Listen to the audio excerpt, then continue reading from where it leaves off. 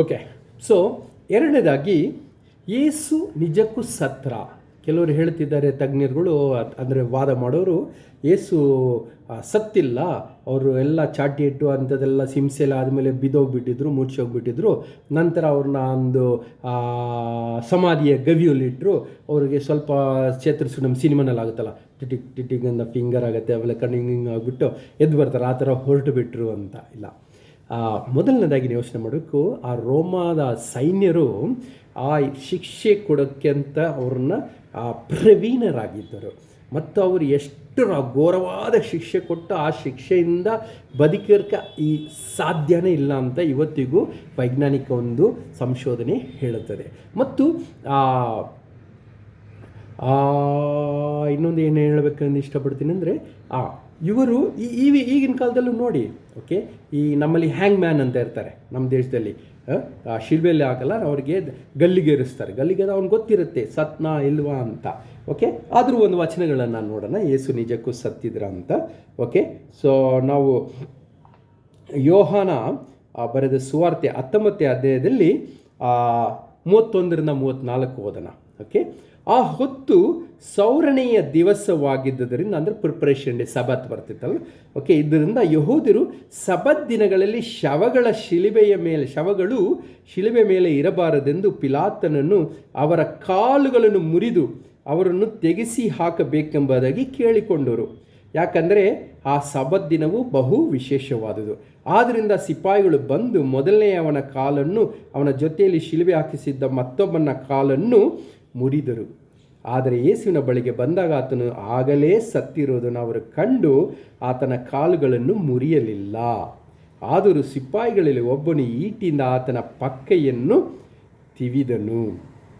ಹಾಗೇನಾಗತ್ತೆ, ತಿವಿದ ಕೂಡಲೇ ರಕ್ತವು ನೀರು ಹೊರಟಿತು.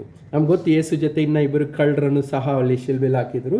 ಹಾಗೆ ಹೇಳ್ತಾರೆ, ಸಬತ್ ದಿನ ಬರ್ತಿದೆ, ಅದಕ್ಕೋಸ್ಕರ ನಾವು ಅಲ್ಲಿ ಶವಗಳನ್ನ ಬಿಡಬಾರ್ದು, ಜಲ್ದಿ ಕಾಲನ್ನ ಮುರಿದ್ರೆ ಇನ್ನೂ ನೋವು ಜಾಸ್ತಿ ಆಗಿ ಸತ್ತೋಗ್ಬಿಡ್ತಾರೆ ಜಲ್ದಿ ಅಂದ್ಬಿಟ್ಟು ಬರ್ತಾರೆ, ಮುರಿತಾರೆ. ಯಾರಿಗೆ? ಈ ಇಬ್ಬರು ಕಳ್ಳರನ್ನ. ಯಾಕೆಂದರೆ ಇಬ್ಬರು ಕಳ್ಳರಿಗೆ ಅಷ್ಟೇನು ಶಿಕ್ಷೆ ಕೊಟ್ಟಿಲ್ಲ, ಆದರೆ ಅವ್ರನ್ನ ಗಲ್ಲಿಗೆ ಇದ್ರ ಶಿಲ್ಬೆಯಲ್ಲಿ ಹಾಕಿದರು. ಓಕೆ, ಸೊ ಯೇಸು ಹತ್ರ ಬಂದಾಗ ಈಗಾಗಲೇ ಅವರು ಸತ್ತೋಗಿದ್ದಾರೆ. ಆದರೂ ಟು ಮೇಕ್ ಶ್ಯೂರ್, ಓಕೆ, ಅದನ್ನು ಕರೆಕ್ಟ್ ಮಾಡ್ಕೊಳ್ಳೋಕ್ಕೆ ಈಟಿಯಿಂದ ಪಕ್ಕೆಗೆ ಚುಚ್ಚುತ್ತಾರೆ. ಆಗ ನೀರು ಮತ್ತು ರಕ್ತ ಬರುತ್ತದೆ. ಸೈಂಟಿಫಿಕ್ಲಿ ಹೇಳುತ್ತಾರೆ, ಇಲ್ಲಿ ನಮಗೆ ಸತ್ತ ನಂತರ ರಕ್ತ ನೀರೆಲ್ಲ ಒಂದು ಕಡೆ ತುಂಬಿಕೊಂಡಿರುತ್ತೆ. ಓಕೆ, ಅದು ಮಾತ್ರ ಇಲ್ಲ, ಇದು ನಾವು ನೋಡ್ತೀವಲ್ಲ ಸಿನಿಮಾಗಳಲ್ಲೆಲ್ಲ, ಯಾರಾದರೂ ಎದ್ದಿಲ್ಲ ಅಂದರೆ ಅವರೇ ಡಾಕ್ಟ್ರ್ ಥರ ಕದಿತು ಅಂತ ಅಳಕ್ಕೆ ಶುರು ಮಾಡಿಬಿಡ್ತಾರೆ. ಓಕೆ, ಇಲ್ಲಾಂದರೆ ಇಲ್ಲಿ ನೋಡಿರ್ತಾರೆ. ಬಟ್ ಇವರು ಅಂತಾರಲ್ಲ, this are all trained crucifixion duty ಇರೋರು. ಓಕೆ, ಸೊ ಅವ್ರು ಗೊತ್ತು ಸತ್ತೋಗಿದ್ರೆ, ಆದರೂ ಅವ್ರನ್ನ ಟೆಸ್ಟ್ ಮಾಡಲಿಕ್ಕೆ ಇದು ಮಾಡಿದರು. Okay, so Jesus really died. ಮೂರನೇದು, he was buried in a specific tomb. ಇನ್ನು ಕೆಲವರು ಹೇಳ್ತಾರೆ ಅಂದರೆ, ಅವ್ರನ್ನ ಯಾವುದೋ ಒಂದು ಗವಿಯಲ್ಲಿ ಹಾಕಿದ್ರಿ, ಸಮಾಧಿಯಲ್ಲಿ, ಆಮೇಲೆ ಇನ್ನೊಂದು ಕಡೆ ಹೋಗಿ ಹುಡುಕೊಂಡಿದ್ರಿ. ಇಟ್ ಹ್ಯಾಪನ್ಸ್ ಫಾರ್ ಅಸ್ ಆಲ್ಸೋನೋ. ಓಕೆ, ಸಮಾಧಿಗೆ ಪ್ರತಿ ಸಲ ನಾವು ಹೋದಾಗಲೂ ಸ್ವಲ್ಪ ಹುಡುಕ್ಬೇಕಾಗಿದೆ. ಎಲ್ಲೋ ಮಾಡಿದಲ್ಲ, ಅಲ್ಲೊಂದು ಮರ ಇದ್ದಂಗೆ ಇತ್ತಲ್ಲ, ಒಂದು ಇದು ಇತ್ತಂತಲ್ಲ ಅಂತ ಹುಡುಕ್ತೀವಿ ಯಾವ ಸಮಾಧಿ ಅಂತ.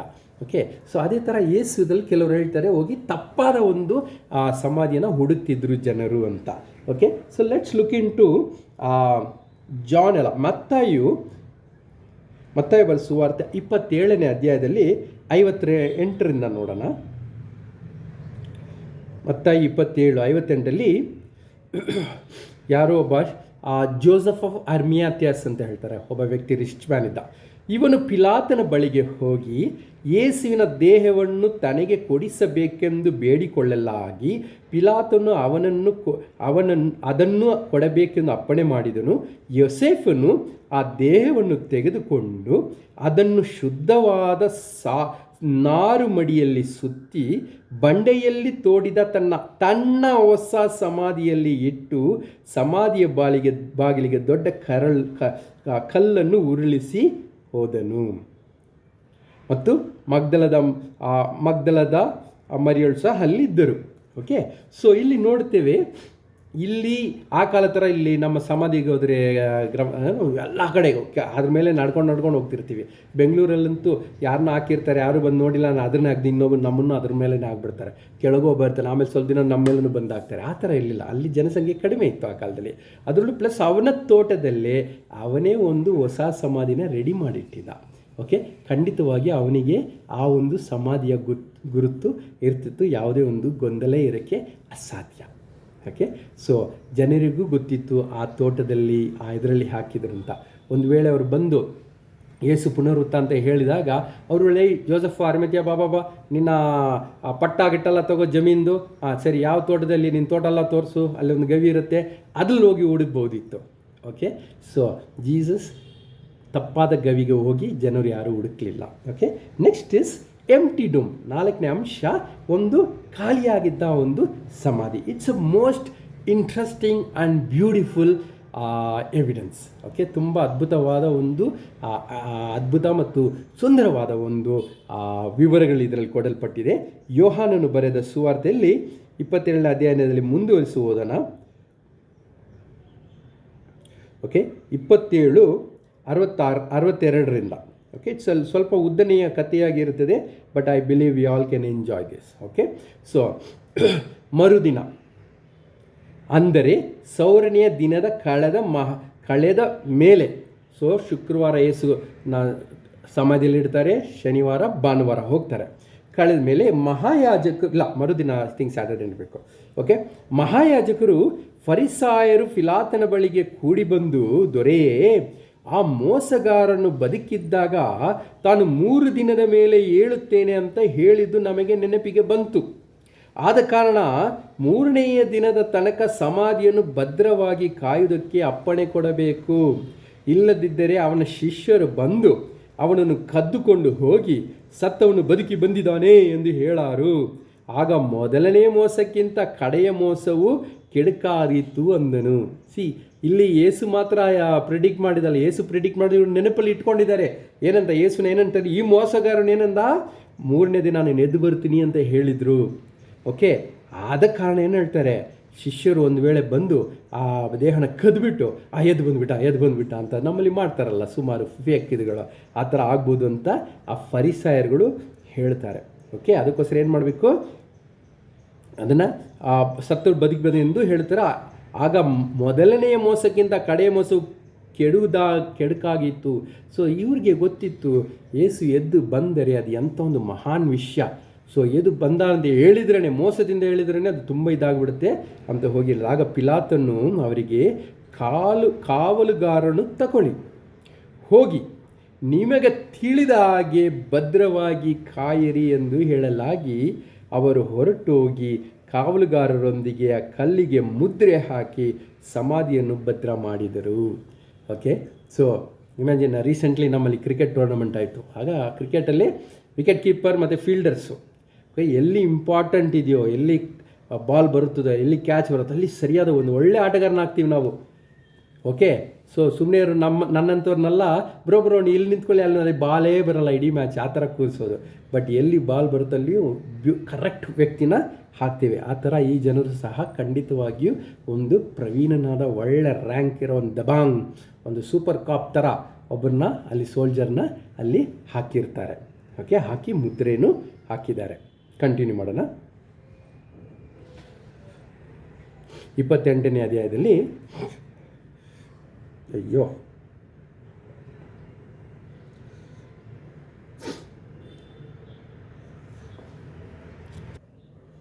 ಓಕೆ, ಸೊ ಮುಂದುವರೆದು ನೋಡೋಣ. 28ನೇ ಅಧ್ಯಾಯದಲ್ಲಿ, ಸಬ್ಬತ್ ದಿನದ ಆದ ಮೇಲೆ ವಾರದ ಮೊದಲನೆಯ ದಿವಸ ಬೆಳಗಾಗುವಾಗ ಮಗ್ದಲದ ಮರಿಯಳು ಆ ಬೇರೆ ಮರಿಯಳು ಸಮಾಧಿಯನ್ನು ನೋಡುವುದಕ್ಕೆ ಬಂದರು. ಆಗ ಮಹಾಭೂಕಂಪವಾಯಿತು. ಕರ್ತನ ದೂತನು ಆಕಾಶದಿಂದ ಇಳಿದು ಬಂದು ಆ ಕಲ್ಲನ್ನು ಬಾಗಿಲಿನಿಂದ ಉರುಳಿಸಿ ಅದರ ಮೇಲೆ ಕೂತುಕೊಂಡನು. ಅವನ ಮುಖಭಾವವು ಮಿಂಚಿನಂತೆ ಇತ್ತು, ಅವನ ಉಡುಪು ಹಿಮಕ್ಕಿಂತ ಬೆಳ್ಳಗಿತ್ತು. ಕಾವಲುಗಾರರು ಅವನಿಗೆ ಹೆದರಿ ನಡುಗಿ ಸತ್ತವರ ಆದರು. ಆಗ ದೂತರು ಆ ಹೆಂಗಸರಿಗೆ, ನೀವೆದರಬೇಡಿರಿ, ಶಿಲುಬೆಗೆ ಹಾಕಲ್ಪಟ್ಟ ಯೇಸುವನ್ನು ಹುಡುಕುತ್ತೀರೆಂದು ಬಲ್ಲೆನು. ಆತನು ಇಲ್ಲಿ ಇಲ್ಲ, ತಾನು ಹೇಳಿದಂತೆ ಎದ್ದಿದ್ದಾನೆ. ಬನ್ನಿ, ಅವನು ಮಲಗಿದ್ದ ಸ್ಥಳವನ್ನು ನೋಡಿರಿ ಮತ್ತು ಬೇಗ ಹೋಗಿ ಆತನ ಶಿಷ್ಯರಿಗೆ, ಸತ್ತವನು ಬದುಕಿದ್ದಾನೆ, ಆತನು ನಿಮ್ಮ ಮುಂದೆ ಗಲಿಲಾಯಕ್ಕೆ ಹೋಗುತ್ತಾನೆ, ಅಲ್ಲಿ ಆತನನ್ನು ಕಾಣುವಿರಿ ಎಂದು ತಿಳಿಸಿರಿ. ನಾನು ನಿಮಗೆ ಹೇಳಿದ್ದೇನೆ, ನೋಡಿರಿ ಎಂದು ಹೇಳಿದನು. ಅವರು ಭಯದಿಂದಲೂ ಮಹಾ ಸಂತೋಷದಿಂದಲೂ ಬೇಗ ಸಮಾಧಿಯ ಬಳಿಯಿಂದ ಹೊರಟು ಆತನ ಶಿಷ್ಯರಿಗೆ ತಿಳಿಸುವುದಕ್ಕೆ ಓಡಿ ಹೋದರು. ಆಗ ಯೇಸು ಅವರ ಎದುರಿಗೆ ಬಂದು ನಿಮಗೆ ಶುಭವಾಗಲಿ ಅಂದನು. ಅವರು ಹತ್ತಿರಕ್ಕೆ ಬಂದು ಆತನ ಪಾದಗಳನ್ನು ಹಿಡಿದು ಆತನಿಗೆ ನಮಸ್ಕಾರ ಮಾಡಿದರು. ಯೇಸು ಅವರಿಗೆ ಹೆದರಬೇಡಿರಿ, ನನ್ನ ಸಹೋದರರ ಬಳಿಗೆ ಹೋಗಿ ಅವರು ಗಲಿಲಾಯಕ್ಕೆ ಹೋಗಬೇಕೆಂದು ಹೇಳಿರಿ, ಅಲ್ಲಿ ನನ್ನನ್ನು ನೋಡುವರು ಎಂದು ಹೇಳಿದನು. ಅವರು ಹೋಗುತ್ತಿರುವಾಗ, ವೆರಿ ಇಂಪಾರ್ಟೆಂಟ್ ಗಮನಿಸಲಿ, ಹೋಗುತ್ತಿರುವಾಗ ಕಾವಲುಗಾರರಲ್ಲಿ ಕೆಲವರು ಪಟ್ಟಣದೊಳಗೆ ಬಂದು ನಡೆದ ಸಂಗತಿಗಳನ್ನೆಲ್ಲ ಮಹಾಯಾಜಕರಿಗೆ ತಿಳಿಸಿದರು. ಇವರು ಹಿರಿಯರ ಸಂಗಡ ಕೂಡಿಕೊಂಡು ಆಲೋಚನೆ ಮಾಡಿ ಆ ಸಿಪಾಯಿಗಳಿಗೆ ಬಹಳ ಹಣ ಕೊಟ್ಟು, ಅವನ ಶಿಷ್ಯರು ರಾತ್ರಿಯಲ್ಲಿ ಬಂದು ನಾವು ನಿದ್ದೆ ಮಾಡುತ್ತಿರುವಾಗ ಅವನನ್ನು ಕದ್ದುಕೊಂಡು ಹೋದರು ಎಂದು ಹೇಳಿರಿ. ಈ ಸುದ್ದಿ ದೇಶಾಧಿಪತಿ ಕಿವಿಗೆ ಬಿದ್ದರೆ ನಾವು ಅದನ್ನು ಸಮಾಧಾನಪಡಿಸಿ ನಿಮಗೆ ಭಯವಿಲ್ಲದ ಹಾಗೆ ಮಾಡುತ್ತೇವೆ ಅಂದರು. ಇವರು ಆ ಹಣವನ್ನು ತೆಗೆದುಕೊಂಡು ತಮಗೆ ಹೇಳಿಕೊಟ್ಟ ಹಾಗೆ ಮಾಡಿದರು. ಈ ಮಾತು ಇಂದಿನವರೆಗೂ ಯಹೂದರಲ್ಲಿ ಹಬ್ಬಿದೆ. ಆಮೆನ್. ಸೊ ನಾವು ದ ಎಂಪ್ಟಿ ಡೂಮ್. ಓಕೆ, ಆ ಒಂದು ಯಹೂದರೆಲ್ಲ, ಆ ಸೈನಿಕರೆಲ್ಲ ಬಂದು, ಯೋಧರೆಲ್ಲ ಬಂದು ಭದ್ರ ಮಾಡಿ ಇರ್ತಾರೆ. ನಾನು ಹೇಳ್ದಲ್ಲ, ಒಂದು ಬೆಸ್ಟ್ ಯೋಧರನ್ನೇ ಹಾಕಿರ್ತಾರೆ. ಆಗ ಆ ಒಂದು ಆಕಾಶದಿಂದ ದೇವದೂತರು ಬಂದು ಆ ಕಳ್ಳನ್ನು ಉರುಳಿಸಿ ಎದ್ದು ಹೋಗಿದ್ದಾರೆ. ಇಲ್ಲ, ಅಲ್ಲಿ ಎಂಪ್ಟಿ ಡೂಮ್. ಓಕೆ, ಸೊ ಆಗ ಅವರು ಹೇಳ್ತಾರೆ, ಹೋಗಿ ಹೇಳಿ ಶಿಷ್ಯರು ಬಂದು ಕದ್ಕೊಂಡು ಹೋಗ್ಬಿಟ್ರು ಅಂತ ಹೇಳಿ. ಅವರು ಹೇಳಿಲ್ಲ, ಫರಿಸಾಯರುಗಳು, ಇಲ್ಲಲ್ಲ ನೀವು ತೋರಿಸ್ತಾ ಇರೋದು ರಾಂಗ್ ಸಮಾಧಿ, ಆ ಥರನವ್ರು ಬಂದಿಲ್ಲ. Nobody is disputing tomb was empty ಇಲ್ಲ ಅಂತ. ಇವರು ಹೇಳಿದ್ದು ಎಂಟಿ ಇದೆ, ದೇಹ ಇಲ್ಲ, ಆದರೆ ಕಾರಣ ಕದ್ಕೊಂಡು ಹೋಗ್ಬಿಟ್ರು. You understand? ಅದನ್ನು ಮೈಂಡಲ್ಲಿ ಇಟ್ಕೊಳ್ಳೋಣ. ಸೊ ಆ ಯಹೂದರ ಯೇಸುವಿನ ವೈರಿಗಳು ಸಹ ಹೇಳ್ತಾರೆ ಆ ಒಂದು ಸಮಾಧಿ ಖಾಲಿ ಇತ್ತು. ಇಟ್ಸ್ ಅನ್ ಎಂಟಿ ಡೂಮ್. ಇವತ್ತು ನೋಡಿದರೆ ಎಲ್ಲ ಧಾರ್ಮಿಕ ಯಾರೆಲ್ಲ ವ್ಯಕ್ತಿಗಳಿರ್ತಾರೆ ಅವ್ರದ್ದೆಲ್ಲ ಸತ್ತ ನಂತರ ಅವ್ರದ್ದು ಸಮಾಧಿಗಳು ಇನ್ನೂ ಇದೆ. ನಾವು ಅದನ್ನು ಹೋಗಿ ಪುಣ್ಯಸ್ಥಳ ಅಂತ ನೋಡ್ಕೊಂಡು ಬರ್ತೀವಿ. ಆದರೆ ಕ್ರಿಸ್ತನ ಆ ಒಂದು ಗವಿಯಲ್ಲಿ ಇಲ್ಲ, ಅವ್ರದ್ದು ಸಮಾಧಿಯಲ್ಲಿ ಇಲ್ಲ. It's an very empty tomb. Okay, ಖಾಲಿಯಾಗಿರುವ ಬರಿದಾದ ಒಂದು ಸಮಾಧಿಯಾಗಿ ಇದೆ. ಓಕೆ, ಸೊ ಅದೇ ಹೇಳ್ದಲ್ಲ, ಮೊದಲನೇದು ಆ ಒಂದು ತಪ್ಪಾದ ಸಮಾಧಿ ನೋಡೋಕ್ಕೂ ಸಾಧ್ಯವಿಲ್ಲ. ಯಾಕೆಂದರೆ ಇಮ್ಯಾಜಿನ್, ನನ್ನದೇ ಆದ ಒಂದು ತೋಟದಲ್ಲಿ ನಾನು ಒಂದು ಸಮಾಧಿ ಮಾಡಿಟ್ಟಿರ್ತೀನಿ, ಅದು ಎಲ್ಲರಿಗೂ ಗೊತ್ತಿರುತ್ತೆ. ಯಾರು ಬೇಕಾದ್ರೂ ಒಂದು ಅದನ್ನು ನೋಡು ಅಲ್ಲಿದ್ದಾರೆ, ಇದು ಅಲ್ಲಿದೆ ಅಂತ ಕಂಡುಹಿಡಿದು ಆ ಥರ ಮಂಕ್ ಮಾಡ್ಕೊಳ್ಳೋಕ್ಕೆ ಸಾಧ್ಯನೇ ಇಲ್ಲ. ಎರಡನೇದಾಗಿ ಈ ಫರಿಸಾಯರು ಸಹ ಏನು ಹೇಳ್ತಾರೆ, ಇದರಲ್ಲಿ ದೇಹ ಇಲ್ಲ, ಯಾಕೆಂದರೆ ಶಿಷ್ಯರು ಕದ್ಕೊಂಡು ಹೋಗಿದ್ದಾರೆ ಅಂತ ಹೇಳ್ತಾರೆ. So they're also not denying ಅಲ್ಲಿ ದೇಹ ಇದೆ ಅಂತ ಹೇಳಿಲ್ಲ. ಓಕೆ, ಕದ್ಕೊಂಡು ಹೋದ್ರು ಅಂತ ಹೇಳ್ತಾರೆ. ಸೊ ನಾವು there is an empty tomb. Okay, so ಇನ್ನೊಂದು ಇದರಲ್ಲಿ ಗಮನಿಸಬೇಕಾದೇನೆಂದರೆ, ಆ ಕಾಲದಲ್ಲಿ ಹೆಣ್ಣು ಮಕ್ಕಳ ಸಾಕ್ಷಿಗೆ ಯಾವ ಬೆಲೆನೂ ಕೊಡ್ತಾ ಇರಲಿಲ್ಲ. ಓಕೆ, ಯಾರಾದರೂ ಒಂದು ವಿಷಯನ ನೋಡಿದ್ದೀನಿ ಅಂತ ಹೇಳಿದರೆ ಗಂಡಸರ ಒಂದು ಸಾಕ್ಷಿ ಇರಬೇಕು. It is like this. ಇವತ್ತು ಸಹ ಕಾನೂನಿನಲ್ಲಿ ಕೆಲವರ ಸಾಕ್ಷಿಗೆ ವ್ಯಾಲ್ಯೂ ಇಲ್ಲ. ಅಂದರೆ ಮೈನರ್ಸ್, ಅಪ್ರಾಪ್ತ ವಯಸ್ಸಿನ ಮಕ್ಕಳು, 18 ವಯಸ್ಸಿಗಿಂತ ಕಡಿಮೆ ಇರೋರು. ಎರಡನೇದು ಲುನಾಟಿಕ್, ಓಕೆ, ಬುದ್ಧಿಮಾಂದ್ಯವ್ಯದು. ಇನ್ನೊಬ್ಬರು ಒಂದು ವಿಷಯ ಅಂದರೆ ಪರ್ದಾನಶಿನ್ ಲೇಡಿ. ಓಕೆ, ಸೊ ಅವರಿಗೆ ಪರ್ದಾನಶಿನ್ ಲೇಡಿ ಯಾರಂದರೆ ಪ್ರಪಂಚದ ವ್ಯವಹಾರಗಳು ಅವ್ರಿಗೆ ಗೊತ್ತಿಲ್ಲ. ಓಕೆ, ಅವ್ರನ್ನ ಹೆಂಗಾದರೂ ಮಂಕ್ ಮಾಡ್ಬೋದು, ಮನೆಯೊಳಗೆ ಇದ್ದವರವರು. ಅಂಥವ್ರನ್ನ ನಾವು ಇವ್ರು ಸಾಕ್ಷಿ ಹೇಳಿದ್ರೆ ಇಲ್ಲ ಅವ್ರು ಹೆಂಗಾದ್ರೂ ನಾವು ಮೋಸ ಮಾಡ್ಬೋದು. ಅವ್ರ ಸಾಕ್ಷಿಗೆ ಅವ್ರ ಕಾಂಟ್ರಾಕ್ಟ್ ಏನಾದರೂ ಬರೆದ್ರೂ ಅದಕ್ಕೆ ಬೆಲೆ ಇಲ್ಲ. ಓಕೆ, ಸೊ ಆ ರೀತಿ ಆ ಕಾಲದಲ್ಲಿ, ಇವಾಗ ಅದು 2000 ವರ್ಷ ಆದಮೇಲೆ, ಆ 2000 ವರ್ಷಗಳ ಹಿಂದೆ ಹೆಣ್ಣು ಮಕ್ಕಳ ಸಾಕ್ಷಿಗೆ ಸ್ವಲ್ಪವೂ ಮಾನ್ಯತೆ ಕೊಡ್ತಾ ಇರಲಿಲ್ಲ. ಸೊ ಇವರು ಶಿಷ್ಯರು ಏನಾದರೂ ಒಂದು ಕಟ್ಟುಕತೆ ಮಾಡಬೇಕಂತಿದ್ದರೆ ದೇವರ ಪುಟ್ ಸಮ್ ಸಿಗ್ನಿಫಿಕೆಂಟ್ ಪರ್ಸನ್ ಬಂದು ಹೇಳೋ ಥರ ಮಾಡ್ತಾಯಿದ್ರು. ಓಕೆ, ಈಗಲೂ ಸಹ ಪೊಲೀಸರು ಏನೋ ಒಂದು ಕೊಲೆಗಳೇನಾದರೆ ಬಂದು ಮಹಾಜರ್ ಮಾಡ್ತಾರೆ. ಮಹಾಜರ್ ಮಾಡುವಾಗ ಅಲ್ಲಿ ಕೂತಿರೋ ಒಂದು ಭಿಕ್ಷಕರನ್ನ ಕರೆದು ಏನಾಯಿತು ಅಂತ ಕೇಳಲ್ಲ ಅವರು ಸಾಮಾನ್ಯವಾಗಿ. ಓಕೆ, ಭಿಕ್ಷಕರ ಬಗ್ಗೆ ನನಗೇನಿಲ್ಲ, ಅವರು ದೇವರ ಜನರು. ಆದರೆ ಅಲ್ಲಿರೋ ಮುಖಂಡರನ್ನ ಕರೀತಾರೆ. ಅಂಥವ್ರು ಬಂದು ಬನ್ನಿ ಸಾಕ್ಷಿ ನಿಂತ್ಕೊಳ್ಳಿ, ನಾನೀಗ ಏನೇನೆಲ್ಲ ನೋಡ್ತೀನಿ ಅದೆಲ್ಲ ಬರ್ಕೋತೀನಿ, ನೀವು ಸಾಕ್ಷಿ ಆಗಬೇಕಾದ್ರೆ. ಯಾಕಂದರೆ they want have some authenticity ಮತ್ತು ಒಂದು ಸಿಗ್ನಿಫಿಕೆನ್ಸ್ ಕೊಡಬೇಕಂತ, ಒಂದು ಅದಕ್ಕೆ ಮಾನ್ಯತೆ ಇರಬೇಕು ಮತ್ತು ಅದು ಗೌರವ ಇರಬೇಕು ಅಂತ. ಸೊ ಶಿಷ್ಯರು ಇಷ್ಟು ದೊಡ್ಡ ಸುಳ್ಳು ಹೇಳಿ ಅದನ್ನು ಕಟ್ಟುಕತೆ ಮಾಡಿ ಅದನ್ನು ಎಲ್ಲರೂ ನಂಬಿಸ್ಬೇಕಂದ್ರೆ ಹೆಣ್ಮಕ್ಳ ಸಾಕ್ಷಿ ಹೇಳ್ತಿಲ್ಲ. ಯಾರಪ್ಪ ಫಸ್ಟ್ ಹೋಗಿ ನೋಡಿದ್ದನ್ನು ಮರಿಯಳು ಮತ್ತು ಮಗ್ದಳು ಅಂದರೆ ಯಾರು ನಂಬ್ತಾರೆ ಕಾಲದಲ್ಲಿ? ಓಕೆ, ಅವ್ರಿಗೆ ಕಥೆನೇ ಹೇಳಬೇಕಂತಿದ್ರೆ ಅವರೇ ಹೋಗ್ತಾಯಿದ್ರು. ಓಕೆ. ಸೊ ಆ ರೀತಿ ಆಗಿಲ್ಲ, ಹೆಣ್ಮಕ್ಳು ಹೋದರು ಅಷ್ಟೇ. ಓಕೆ. ಎರಡನೇದಾಗಿ ಇನ್ನೊಂದು ನಾವು ನೋಡಬೇಕಂದ್ರೆ, ಈ ಶಿಷ್ಯರು ಯಾಕೆ ಇವು ವಚನ ಹೇಳ್ತಾರೆ, ಫರಿಸಾಯರು ಇವು ಹೇಳ್ತಾರೆ, ದುಡ್ಡು ಕೊಟ್ಬಿಟ್ಟು ಆ ಜನರು ಕದ್ಕೊಂಡು ಹೋಗ್ಬಿಟ್ರು ಅಂತ ಹೇಳಿಬಿಡಿ ಅಂತ. ಓಕೆ. ಕದ್ಕೊಂಡ್ಬಿಟ್ಟು ಏಸು ಎದ್ದಿರಂತ ಸುಳ್ಳು ಹೇಳ್ತಾರೆ. ಯಾಕೆ ನಾವು ಸುಳ್ಳು ಹೇಳ್ತೀವಿ? ತಪ್ಪಿಸ್ಕೊಳ್ಳೋಕ್ಕೆ. ಇವತ್ತು ಆ ದಿನದ ಶಿಷ್ಯರ ಒಂದು ಪರಿಸ್ಥಿತಿ ಹೆಂಗಿತ್ತು? ಓಕೆ. ಯೇಸುನ ಅವರ ಅರಸನ್ನು, ಮೆಸ್ಸಾಯ, ನಮ್ಮನ್ನೆಲ್ಲ ರಕ್ಷಿಸ್ತಾರಂತ ಅವ್ರು ಏನೋ ಬೇರೆ ಕಲ್ಪನೆಯಲ್ಲಿ ಇದ್ದರು. ಅವರನ್ನು ಹಿಡ್ಕೊಂಡೋಗಿ ಶಿಲುಬೆಯಲ್ಲಿ ಸಾಮೂಹಿಕವಾಗಿ ಎಲ್ಲರ ಮುಂದೆ ಅಪಮಾನ ಮಾಡಿ, ಅವ್ರ ಬಟ್ಟೆನೇ ಇಲ್ಲದ ರೀತಿಯಲ್ಲಿ ಅವ್ರನ್ನ ಶಿಲುಬೆಗೆ ಹಾಕಿ ಶಿಕ್ಷೆ ಮಾಡಿ ಕೊಂದರು. ಅವ್ರು ನೋಡಿ ಹೆದರಿದ್ದರು. ಓಕೆ. ಹೆದರುವ ವ್ಯಕ್ತಿ ಈಗ ನಾನು ಯೇಸು ಜೊತೆ ಇದ್ದಂತೆ ಹೇಳಿದ್ರೇ ಪೇತ್ರನು, ಇಲ್ಲ ನಾನಲ್ಲ, ಅದು ನಾನಲ್ಲ, ನೀವೇನೋ ಮಿಸ್ಅಂಡರ್ಸ್ಟ್ಯಾಂಡಿಂಗ್, ಅಪಾರ್ಥ ಮಾಡ್ಕೊಂಡಿದ್ದೀರಾ, ನಾನು ಬಿಟ್ಟು ಅಂತ ಹೇಳ್ತಿದ್ದವನು ಈಗ ಮತ್ತೆ ಯಾಕೆ ಸುಳ್ಳು ಹೇಳ್ತಾನೆ ಕಷ್ಟದಲ್ಲಿ ಸಿಕ್ಕಾಕೊಳ್ಳೋಕ್ಕೆ? So it is all illogical argument ಆಗಿ ಇರುತ್ತದೆ. ಓಕೆ. ಸೊ ಯೇಸು ಆ ಡೂಮಲ್ಲಿ ಇಲ್ಲ. Then what is the proof? ಅವ್ರು ಎದ್ರು, he appeared to people. Okay. There is specific appearance, ನಿರ್ದಿಷ್ಟವಾದ ಜನರಿಗೆ ಅವರು ಕಾಣಿಸ್ಕೊಂಡ್ರು. Okay. Will look into 1 ಕೊರಿಂಥಿಯನಲ್ಲಿ ಪೌಲನು ಬರೆಯೋದು ನಾವು ನೋಡೋಣ. ಓಕೆ.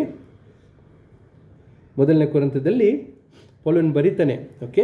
ಕ್ರಿಸ್ತನು ನಮ್ಮ ಪಾಪಗಳ ನಿವಾರಣೆಗಾಗಿ ಸತ್ತನು, ಹುಣಲ್ಪಟ್ಟನು. 1 ಕೊರಿಂಥಿಯನ 15:3. ಓಕೆ. 3-6. ಶಾಸ್ತ್ರದ ಪ್ರಕಾರವೇ ಮೂರನೆಯ ದಿನದಲ್ಲಿ ಎಬ್ಬಿಸಲ್ಪಟ್ಟನು. ಕೇಫನಿಗೂ, ಕೇಫನ್ ಅಂದರೆ ಪೀಟರ್, ಆಮೇಲೆ 12 ಮಂದಿ ಅಪೊಸ್ತಲರಿಗೂ ಕಾಣಿಸಿಕೊಂಡನು. ತರುವಾಯ ಒಂದೇ ಸಮಯದಲ್ಲಿ 500 ಮಂದಿಗಿಂತ ಹೆಚ್ಚು ಸಹೋದರರಿಗೆ ಕಾಣಿಸಿಕೊಂಡನು. ಇವರಲ್ಲಿ ಹೆಚ್ಚು ಜನರು ಇಂದಿನವರೆಗೂ ಇದ್ದಾರೆ, ಕೆಲವರು ನಿದ್ದೆ ಹೋಗಿದ್ದಾರೆ. ಓಕೆ. ಸೊ ಇಲ್ಲಿ ಪೌಲನು ಹೇಳ್ತಾ ಯಾರ್ಯಾರಿಗೆಲ್ಲ ಕಾಣಿಸ್ಕೊಂಡ್ರು ಅಲ್ಲಿ? ಪೀಟರಿಗೆ, ಆಮೇಲೆ 12 ಮಂದಿಗೆ, ಆಮೇಲೆ ಒಂದೇ ಸಮಯದಲ್ಲಿ 500 ಜನಕ್ಕೆ. ನನ್ನ ಸ್ನೇಹಿತರು ಸಂತೋಷ್ ಅಂತ, ಅವರ ತಾಯಿ ನನಗೆ ತುಂಬ ಕ್ಲೋಸ್ ಇದ್ದರು. ಎಸ್ಪೆಷಲಿ ಅವ್ರಿಗೆ ಕ್ಯಾನ್ಸರ್ ಅಂತ ಗೊತ್ತಾದ ಮೇಲೆ ಅವರು ಟೈಮ್ ಬಂದು ಅಂತ ಹೇಳಿದಾಗ ನಾನು ಡೈಲಿ ಹೋಗಿ ಅವ್ರ ಜೊತೆ ಬೆಳಗ್ಗೆ ಪ್ರೇಯರ್ ಮಾಡೋದು, ಮಾತಾಡೋದು, ಅವ್ರ ಕಷ್ಟ ಸುಖ ಕೇಳೋದು, ಹಂಗೆ ಮಾಡ್ತಾಯಿದ್ದೆ. ಸುಮಾರು ತಿಂಗಳು ಮಾಡ್ತಾಯಿದ್ದೆ. ಆಮೇಲೆ ಒಂದು ಶನಿವಾರ ನಾನು ಅಲ್ಲಿದ್ದೆ, ನನ್ನ ಕಣ್ಮುಂದೆನೇ ತೀರ್ಕೊಂಡ್ರು. ಓಕೆ. ಸೊ ಸಮಾಧಿ ಎಲ್ಲ ಆದಮೇಲೆ ಕೆಲವು ದಿನಗಳು ನಾನು ಮಲ್ಕೊಂಡು ಕಂಡುಬಿಟ್ಟು ನೋಡಿದ್ರೆ ಅಲ್ಲಿ ನಿಂತ್ಕೊಂಡಿದ್ರು. Okay. So they call it as hallucination. ನಿಜವಾಗ್ಲೂ ನಿಂತಿದ್ರೋ ಇಲ್ಲವೋ, ನನ್ನ ಭ್ರಮೇನು ಅಂತ ಹೇಳಬಹುದು. ಆದರೆ 500 ಮಂದಿಗೆ, ಫಸ್ಟ್ 12 ಮಂದಿಗೆ ಕಾಣಿಸ್ಕೊತಾರೆ. ಅದು ಹೇಳ್ಬೋದು, ಶಿಷ್ಯರೆಲ್ಲ ಒಂದೇ ಮನಸ್ಸಿನವರಾಗಿದ್ದರು, ಅದಕ್ಕೆ ಕಾಣಿಸ್ಕೊಂಡ್ರು ಅಂತ. ಅವ್ರ ಜೊತೆಲೇ ಇದ್ರಲ್ಲ, 3 ವರ್ಷ ಜೊತೆಲೇ ಊಟ ಮಾಡ್ತಾ, ಅವ್ರ ಜೊತೆಲೇ ಆಹಾರ ಎಲ್ಲ ಜೊತೆಲೇ ಓಡಾಡ್ತಿದ್ರಲ್ಲ. ಆಮೇಲೆ 500 ಮಂದಿನೂ ಕಾಣಿಸ್ಕೊಂಡ್ರು. ದೆನ್ ಈ ಸೇಸ್ ಅದರಲ್ಲಿ ಇವತ್ತಿಗೂ ಸುಮಾರು ಜನರು ಬದುಕಿದ್ದಾರೆ. ಸತ್ತೋರ ಮೇಲೆ ಹೇಳಿದರೆ ಎಸ್ಕೇಪ್ ಆಗಿಬಿಡ್ತಾರೆ. ಅವರಿಲ್ಲ, ಈಗ ಹೆಂಗೆ ಕೇಳೋದು ಅವ್ರ ಹತ್ರ ನಿಜಾನ ಇಲ್ವಾ ಅಂತ. ಓಕೆ. ಪೌಲನು ಹೇಳ್ತಾನೆ ಅವರು ಇನ್ನೂ ಬದುಕಿದ್ದಾರೆ. Okay. So they had all opportunity to go and verify. ಯಾಕೆಂದರೆ ಆ ಕಾಲದಲ್ಲಿ ಸಂಪೂರ್ಣವಾದ ವಿರೋಧ ಇದ್ದೇ ಇತ್ತು. ಓಕೆ. ಸುವಾರ್ತೆಗೆ ಪೌಲನು ಎಷ್ಟಕ್ಕೆಷ್ಟು ಬೋಧಿಸ್ತಾನೋ ಅಷ್ಟಕ್ಕಷ್ಟು ವಿರೋಧಿಸೋರು ಇದ್ದರು. ಸೊ ಅವ್ರು ಆರಾಮಾಗಿ ಹೋಗಿ ಯಾರು ಕರ್ಕೊಂಡು 500 ಜನರ ಹೆಸರು ಹೇಳಪ್ಪ, ಒಬ್ಬನೇ ಈಗ ಜೀವಂತವಾಗಿ ಹೆಂಗ್ಲಿ ಯಾರು ಸಿಕ್ಕಿಲ್ಲ ಸಿಕ್ಕಾಕೋತಾ ಇದ್ರು. So it is true. ಆಮೇನ್.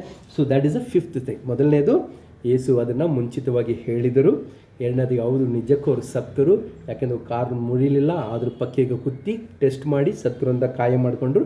ಮೂರನೇದಾಗಿ ಅವನ ಒಂದು ನಿರ್ದಿಷ್ಟವಾದ ಒಂದು ಸಮಾಧಿಯಲ್ಲಿ ಹೂಣಿಟ್ಟರು, ಅದರಲ್ಲೇ ಹೋಗಿ ಹುಡುಕಿದರು, ಅದು ಖಾಲಿಯಾಗಿತ್ತು.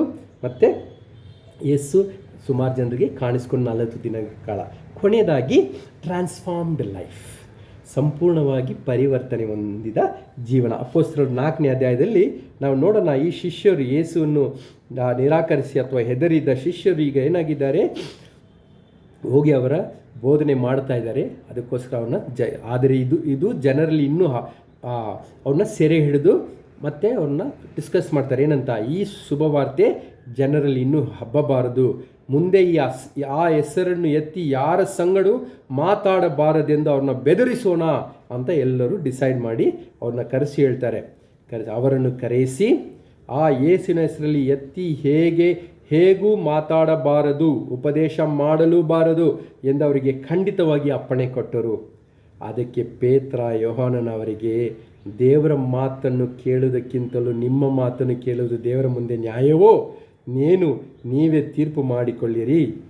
ನಾವಂತೂ ಕಂಡು ಕೇಳಿದ್ದನ್ನು ಹೇಳದೇ ಇರಲಾರೆವು ಎಂದು ಉತ್ತರ ಕೊಟ್ಟರು. ಈ ಜನರ ಹೆದರಿ ಬದುಕ್ತಿದ್ದ ಜೀವನ ಈಗ ಸಂಪೂರ್ಣವಾಗಿ ಬದಲಾವಣೆ ಆಗಿ ಅವ್ರು ಹೇಳ್ತಾರೆ, ನಾವಂತೂ ಕಂಡು ಕೇಳಿದ್ದನ್ನು ಹೇಳದೇ ಇರೋಕ್ಕಾಗಲ್ಲ. ನಾವು ಪುನರುತ್ಥಾನದ ಯೇಸುವನ್ನು ನೋಡಿದ್ದೇವೆ, ಆತನು ಬದುಕಿರುವಾಗ ಹೇಳಿದನ್ನೆಲ್ಲ ಕೇಳಿದ್ದೇವೆ, ಸುವಾರ್ತೆ ನಮ್ಮಲ್ಲಿದೆ, ಅದನ್ನು ನಾವು ಹೇಳದೇ ಇರೋಕ್ಕೆ ಸಾಧ್ಯವೇ ಇಲ್ಲ. They have become a transformed people. So brothers and sisters, ಯೇಸು ಖಂಡಿತವಾಗಿ ಪುನರುತ್ಥಾನ ಹೊಂದಿದರು. ಆತನ ಪುನರುತ್ಥಾನ ಹೊಂದಿದರೆ ನಾವು ಪುನರುತ್ಥಾನ ಹೊಂದುತ್ತೇವೆ. ಆತನ ಪುನರುತ್ಥಾನ ಹೊಂದಿಲ್ಲ ಅಂದರೆ ನಮ್ಮ ವಿಶ್ವಾಸ ವೇಸ್ಟ್. ಯಾಕೆಂದರೆ ಸತ್ತರೆ ನಾವು ಮಣ್ಣಾಗ್ತೀವಿ. ಯಾಕೆ ನ್ಯಾಯ ನೀತಿ ಇದೆಲ್ಲ ಬೇಕಿಲ್ಲ. ಪ್ರೀತಿಗಿತ್ತೀವಿ, ದ್ವೇಷ ಮಾಡಿ ಪಾಪ ಮಾಡಿ ಹೆಂಗೆ ಬೇಕಾದರೆ ಇದ್ದು ಹೋಗಿ. ಯಾಕೆ? ಪುನರುತ್ಥಾನಲೇ ಏನಿಲ್ಲ. ಏನು ಪ್ರಯೋಜನ ಒಳ್ಳೆ ಜೀವನ ಬದುಕಿ? ಓಕೆ, ಸೊ ಯೇಸುವಿನಲ್ಲಿ ಒಂದು ಈ ಕಡೆ ಇಲ್ಲ ಆ ಕಡೆ, ಮಧ್ಯದಲ್ಲಿ ಏನಿಲ್ಲ. ಓಕೆ, ಸೊ ಯೇಸುವನ್ನು ನೀವು ನಂಬಿದರೆ ಪುನರುತ್ಥಾನ ನಮಗೆ. ಅಂದರೆ ನಾವು ಈ ಲೋಕದಲ್ಲಿ ಬದುಕುವಾಗ ಈ ಲೋಕದ ಒಂದು ಆಶೀರ್ವಾದಗಳಿಗೋಸ್ಕರ, ಈ ಲೋಕದಲ್ಲಿ ಒಂದು ಒಳ್ಳೆಯದಾಗಲಿ ಆಶೀರ್ವಾದಗಲಿ, ಅದ್ರ ಬಗ್ಗೆ ನಂದು ಏನು ಅಡ್ಡಿಲ್ಲ, ಆದರೆ ಅಷ್ಟು ಮಾತ್ರವಿದ್ದರೆ ನಮಗಿಂತ ಅಥವಾ ನಿಮಗಿಂತ ನನಗಿಂತ ನಿರ್ಭಾಗ್ಯದವರು ಯಾರೂ ಇಲ್ಲ. We have to be pitied more than everybody. So ಇವತ್ತು ಎಂಥ ಜೀವನ ಜೀವಿಸ್ತಿದ್ವಿ ಶಿಷ್ಯರೇ, ಕ್ರೈಸ್ತರೇ, ವಿಶ್ವಾಸಿಗಳೇ, ಯೇಸುವನ್ನು ಅರಿತವರಂತ ಹೇಳಿಕೊಂಡು ಬರೀ ಲೋಕದ ಪ್ರತಿದಿನ ಎದ್ದು ಈ ಲೋಕದ ಮಾತ್ರ ಯೋಚನೆ ಮಾಡ್ತಿದ್ರ, ಅಥವಾ ಬರಲಿರುವ ಯೇಸುವನ್ನು ಆಗಮನಕ್ಕೋಸ್ಕರ ಕಾಯುತ್ತಿದ್ದೇವ? ನಾನು ಸತ್ತ ನಂತರ ಆತನ ಜೊತೆಯಲ್ಲಿ ಇರುತ್ತೇನೆ, ನಾನು ಪುನರುತ್ಥಾನ ಹೊಂದಿ ಬರುತ್ತೇನೆ, ಕರ್ತನ ಒಂದು ಹೊಸ ಯೆರೂಸಲೇಮು, ಹೊಸ ಭೂಮಿ ಇರುತ್ತದೆ, ಆತನು ನನ್ನ ಅರಸನಾಗಿ ಇರುತ್ತಾನೆ, ನಾನು ಎಂದೆಂದಿಗೂ ನಿತ್ಯಕ್ಕೆ ಆತನಲ್ಲಿ ಇರ್ತೀನಿ ಅಂತ ಆ ಒಂದು ಖುಷಿಯಲ್ಲಿ ಸಂತೋಷದಲ್ಲಿದ್ದೀವ? ನಾವೆಲ್ಲರೂ ಯೇಸುನಲ್ಲಿ ಕೃಪೆಯಿಂದ ನಾವು ಶಿಷ್ಯರಾಗಿದ್ದೀವಿ. ಏನಿಲ್ಲ, ನಾವು ಎಂಥ ಹೀನರಾಗಿದ್ದರು, ಪಾಪಿಗಳಾಗಿದ್ದರು, ಯೇಸುವಿನ ಹೆಸರಿನಲ್ಲಿ ಆತನು ಎಲ್ಲವನ್ನೂ ನಮಗೋಸ್ಕರ ಶಿಕ್ಷೆನ ಹೊತ್ಕೊಂಡು ಶಿಲ್ಬೆಯಲ್ಲಿ ಸಿಗ್ತಾರೋ ಅದಕ್ಕೋಸ್ಕರ ಅದನ್ನು ನಂಬಿದರೆ ಸಾಕು, ನಮಗೆ ಈ ದಿನ ನಮಗೆ ರಕ್ಷಣೆ ಇದೆ. ಓಕೆ, ಸೊ ಆದ ಕಾರಣ ಈ ದಿನ ಯಾವ ರೀತಿ ನಾವು ಜೀವಿಸ್ತಿದ್ವಿ, ಒಂದು ಸಣ್ಣ ಉದಾಹರಣೆ ಹೇಳ್ತೀನಿ.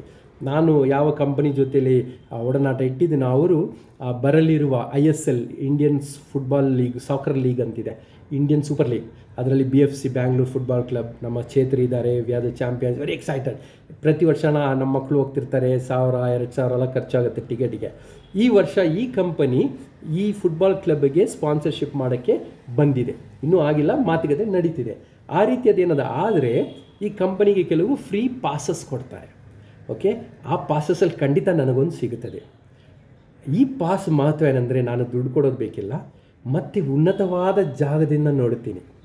ಇಷ್ಟು ದಿನ ಸಾವಿರಾರುಗಳು ಕೊಟ್ಟರು ಸೈಡಲ್ಲಿ ಮುರಿದೋದ ಚೇರು, ಮಳೆ ಬಂದರೆ ಸೋರ್ತಿರುವ ಆ ಕಡೆ ಕೂತಿದ್ದೆ.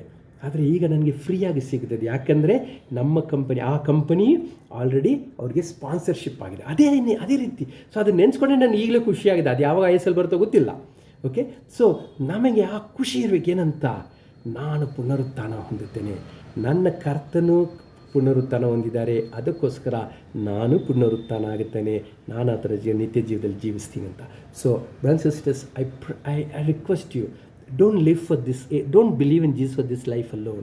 ಈ ಲೋಕಕ್ಕೆ ಮಾತ್ರ, ಲೋಕದ ಲಾಭಕ್ಕೋಸ್ಕರ, ಲೋಕದ ಸುರಕ್ಷತೆಗೋಸ್ಕರ, ಲೋಕದ ಆಶೀರ್ವಾದಕ್ಕೋಸ್ಕರ, ಲೋಕದ ಆರೋಗ್ಯಕ್ಕೋಸ್ಕರ, ಲೋಕದ ಅದ್ಭುತಕ್ಕೋಸ್ಕರ ಮಾತ್ರ ಜೀವಿಸ್ಬಿಡಿ. ಹಂಗಿದ್ರೆ ನಿಮಗಿಂತ ನಿರ್ಭಾಗ್ಯದವರು, ಅಂದರೆ ಹೇಳಿದಲ್ಲ, ರೋಡಲ್ಲಿ ಮಳೆಯಲ್ಲಿ ನೆನೀತಿರುವ ನಾಯಿಗಿಂತಲೂ, ಅಥವಾ ಅಪ್ಪ ಅಮ್ಮ ಇಲ್ಲದಿರುವ ಅನಾಥರಿಗಿಂತಲೂ, ಅಥವಾ ಯಾರೂ ನೋಡ್ಕೊಳ್ಳದ ವಯಸ್ಸಾದವ್ರಿಗಿಂತಲೂ ನಿರ್ಭಾಗ್ಯದವರು ನೀವಾಗಿಬಿಡ್ತೀರ. ಅದಕ್ಕೋಸ್ಕರ ನಾನು ಹೇಳೋದೇನೆಂದರೆ, ಯೇಸುವಿನ ಪುನರುತ್ಥಾನದಲ್ಲಿ ನಂಬಿ ಪುನರುತ್ಥಾನದ ಒಂದು ಸಂತೋಷದಲ್ಲಿ ಜೀವಿಸಿರಿ. ಆಮೆನ್. ಸೊ ಖಂಡಿತವಾಗಿ ಈ ಒಂದು ಲೋಕಕ್ಕಿಂತ ಹೆಚ್ಚಿಗೆ ನಾವು ಆ ಒಂದು ಉದ್ದೇಶಕ್ಕೆ ಯೇಸುವಿನಲ್ಲಿ ನಂಬಿರೋಣ. ಆಮೆನ್. ಸೊ ಈ ಒಂದು ಸಮಯದಲ್ಲಿ ನಾವು ಕರ್ತನ ಭೋಜನಲ್ಲಿ ತೆಗೆದುಕೊಳ್ಳಲಿದ್ದೇವೆ. ರೊಟ್ಟಿಯು ಯೇಸುವಿನ ಒಂದು ದೇಹವನ್ನು, ಆ ಶಿಲುಬೆ ಮೇಲೆ ಮುರಿಯಲ್ಪಟ್ಟ ದೇಹಕ್ಕೆ ಹೋಲಿಕೆಯಾಗಿದೆ, ಸಾದೃಶ್ಯವಾಗಿದೆ, ಮತ್ತು ಆ ದ್ರಾಕ್ಷರಸವು ಆತ ನಮ್ಮ ಪಾಪಗಳನ್ನು ತೊಳೆದಕ್ಕೋಸ್ಕರ ಸುರಿಸಲ್ಪಟ್ಟ ರಕ್ತಕ್ಕೆ ಸಾದೃಶ್ಯವಾಗಿದೆ. ಪ್ರಾರ್ಥಿಸೋಣ. ಪರಲೋಕದ ತಂದೆ, ಅಪ್ಪ ಸ್ವಾಮಿ, ಈ ಒಂದು ರೊಟ್ಟಿಯನ್ನು ತೆಗೆದುಕೊಳ್ಳುವಾಗ ತಂದೆ, ಆ ಒಂದು ನಿಮ್ಮ ದೇಹವು ಶಿಲುಬೆ ಮೇಲೆ ಮುರಿಯಲ್ಪಟ್ಟ ಕಾರಣದಿಂದ ಎಲ್ಲ ಶಿಕ್ಷೆಯು ಆತನ ಮೇಲೆ, ಆ ಶಿಲುಬೆ ಮೇಲೆ ಆತನು ದೇಹದಲ್ಲಿ ಹೊತ್ತುಕೊಂಡ ಕಾರಣದಿಂದ ಈ ದಿನ ನಾನು ನೆನೆಸಿಕೊಳ್ಳಲು ಮತ್ತು ಹೇಳಿಕೊಳ್ಳಲು ಅಸಹ್ಯವಾದ ಹೀನವಾದ ಪಾಪಗಳು ಸಹ ಅದಕ್ಕೂ ಶಿಕ್ಷೆಗೂ ಕ್ಷಮಾಪಣೆ ತಂದಿದೆ. ಈ ಒಂದು ಸಂತೋಷದಿಂದ, ಈ ಒಂದು ಕೃತಜ್ಞತೆಯಿಂದ ನಾನು ಈ ರೊಟ್ಟಿಯನ್ನು ತೆಗೆದುಕೊಳ್ಳಿಕ್ಕೆ ಸಹಾಯ ಮಾಡಿರಿ. ಯೇಸು ನಾಮದಲ್ಲಿ ಪ್ರಾರ್ಥಿಸ್ತೇವೆ, ಆಮೇಲೆ. ದ್ರಾಕ್ಷಾರಸಕ್ಕೋಸ್ಕರ ಪ್ರಾರ್ಥಿಸೋಣ. ಪರಲೋಕದ ತಂದೆಯೇ, ಅಪ್ಪ ಸ್ವಾಮಿ, ನಮ್ಮ ಪಾಪಗಳು ಕರೆ ಹಾಗೆ ಅಂಟ್ಕೊಂಡಿತ್ತು ತಂದೆ. ಅದು ಯಾವ ರೀತಿಯಾಗಿ ಅದು ಹೋಗಲಾಡಿದ ಅಸಾಧ್ಯವಾಗಿತ್ತು. ಆದರೆ ನಿಮ್ಮ ಪವಿತ್ರವಾದ ರಕ್ತವನ್ನು ಆ ಶಿಲುಬೆ ಮೇಲೆ ಸುರಿಸಿ ಅಲ್ಲಿ ನಮ್ಮೆಲ್ಲರಿಗೂ ಕ್ಷಮಾಪಣೆ ತಂದಿದ್ದಕ್ಕೆ, ನಮ್ಮನ್ನು ತೊಳೆದು ನಮ್ಮನ್ನು ಪರಿಶುದ್ಧರನ್ನಾಗಿ ಮಾಡಿ ನಮಗೆ ಪುನರುತ್ಥಾನವನ್ನು ಆಗುವ ಒಂದು ಅವಕಾಶವನ್ನು ಅಪ್ಪ ಸ್ವಾಮಿ, ಪುನರುತ್ಥಾನ ಮಾತ್ರ ಆಗೋದಿಲ್ಲ, ಪುನರುತ್ಥಾನಾಗಿ ನಿಮ್ಮ ಜೊತೆಯಲ್ಲಿ ಸದಾಕಾಲ ನಿತ್ಯಕ್ಕೆ ನಿಮ್ಮ ಒಂದು ಆಳ್ವಿಕೆಯಲ್ಲಿ ಇರೋದಕ್ಕೆ ಒಂದು ಮಹಾಭಾಗ್ಯವನ್ನು ನೀಡಿದಿರಾ. ಅದಕ್ಕೋಸ್ಕರ ಸ್ತೋತ್ರ ತಂದೆ. ರೊಟ್ಟಿ ಮತ್ತು ದ್ರಾಕ್ಷರಸವನ್ನು ತೆಗೆದುಕೊಳ್ಳುವಾಗ ಪುನರುತ್ಥಾನ ಮತ್ತು ನೀವು ಮತ್ತೆ ಬರುವಾಗ ನಿಮ್ಮ ಜೊತೆಯಲ್ಲಿ ನಾವು ನಿತ್ಯಕ್ಕೆ ಜೀವಿಸುವ ಒಂದು ಆನಂದದಿಂದ ಪ್ರತಿನಿತ್ಯ ನಾವು ಜೀವಿಸೋದಕ್ಕೆ ಸಹಾಯ ಮಾಡಿರಿ. ಯೇಸುವಿನ ನಾಮದಲ್ಲಿ ಪ್ರಾರ್ಥಿಸ್ತೇವೆ, ಆಮೇಲೆ.